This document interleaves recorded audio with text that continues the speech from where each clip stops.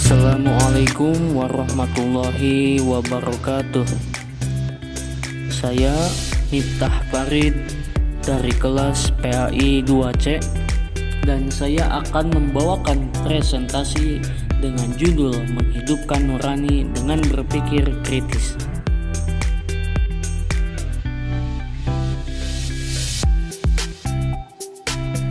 Yang pertama, pengertian. Berpikir kritis didefinisikan beragam oleh para pakar.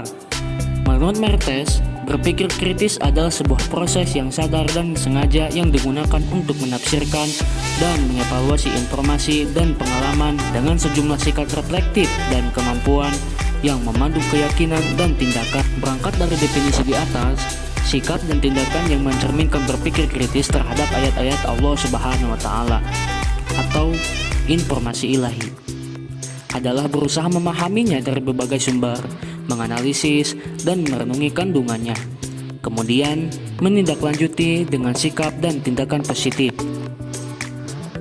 2. Dalil. Dalil berpikir kritis terdapat dalam Quran Surat Ali Imran ayat 190 sampai 191 yang berbunyi, Inna fi khalqis samawati wal ardi wa ikhtilafil laili wan nahar la ayatin li ulil albab alladhina yadhkuruna Allaha qiyaman wa qu'udan wa 'ala junubihim wa yatafakkaruna fi khalqis samawati wal ard Rabbana ma khalaqta hadha batila subhanaka fakina adzabannar. Yang artinya, sesungguhnya di dalam penciptaan langit dan bumi dan pergantian siang dan malam terdapat tanda-tanda kebesaran Allah bagi orang yang berakal, yaitu orang-orang yang selalu mengingat Allah sambil berdiri, duduk, ataupun dalam keadaan berbaring, dan mereka memikirkan tentang penciptaan langit dan bumi, seraya berkata, Ya Tuhan kami, tidaklah Engkau menciptakan semua ini sia-sia. Maha suci Engkau, lindungilah kami dari azab neraka.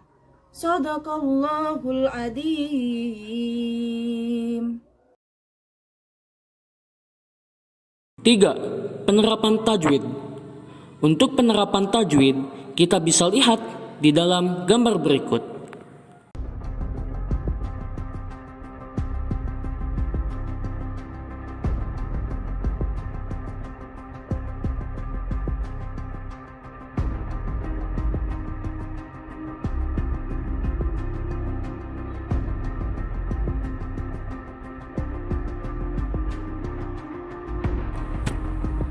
Lima.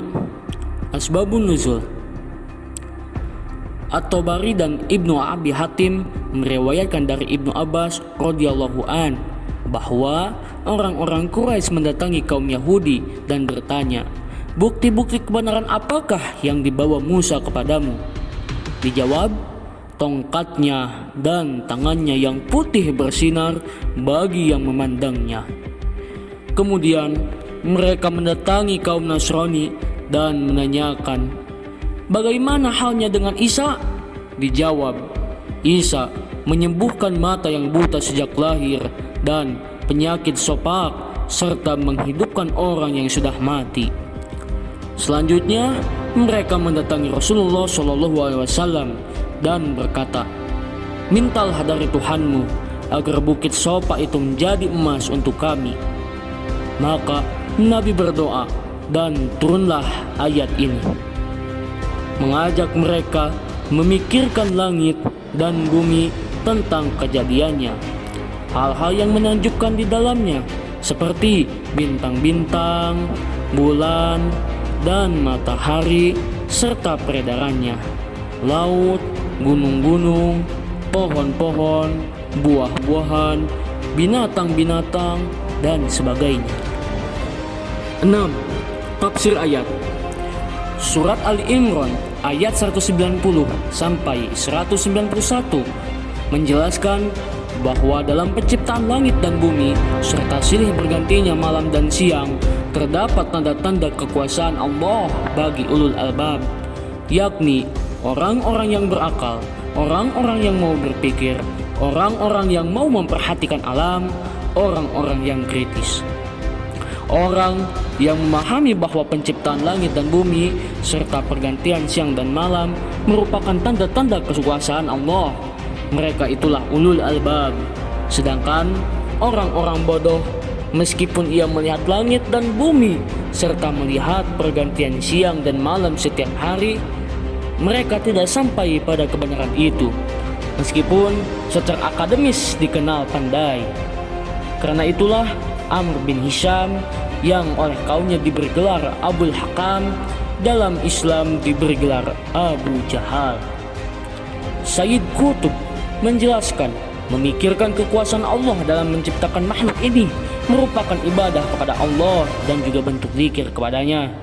Dan ayat-ayat Allah di alam semesta ini tidak menampakkan hakikatnya yang mengesankan kecuali kepada hati yang selalu berzikir dan beribadah. 7. Hadis An-Nabi sallallahu alaihi wasallam qala Al-Qaisu man dana nafsah wa amila lima ba'dal maut wa ajiru man atba'an nafsah hawaha wa tammana 'ala Allah. Rawahu Tirmidzi wa qala hadisun hasan. Artinya, orang yang cerdas ialah orang yang mampu mengintrospeksi dirinya dan suka beramal untuk kehidupannya setelah mati. Sedangkan orang yang lemah ialah orang yang selalu mengikuti hawa nafsunya dan berharap kepada Allah dengan harapan kosong. Hadis riwayat Tirmizi. 8. Manfaat. 1. Dalam menangkap makna dan hikmah di balik semua ciptaan Allah Subhanahu wa taala. 2. Dapat mengoptimalkan pemanfaatan alam untuk kepentingan umat manusia. 3. Dapat mengambil inspirasi dari semua ciptaan Allah Subhanahu wa taala dalam mengembangkan iptek. 4. Menemukan jawaban dari misteri penciptaan alam melalui penelitian. 5. Mengantisipasi terjadinya bahaya dengan memahami gejala dan fenomena alam. 6. Semakin bersyukur kepada Allah Subhanahu wa taala atas anugerah akal dan fasilitas lain, baik yang berada di dalam tubuh kita maupun yang ada di alam semesta. 7. Semakin bertambah keyakinan tentang adanya hari pembalasan. 8. Semakin termotivasi untuk menjadi orang yang visioner. 9. Semakin bersemangat dalam mengumpulkan bekal untuk kehidupan di akhirat dengan meningkatkan amal soleh dan menekan atau meninggalkan kemaksiatan. Sekian materi yang saya dapat sampaikan. Mudah-mudahan ada manfaatnya. Wabillahi taufiq wal hidayah. Wassalamualaikum warahmatullahi wabarakatuh.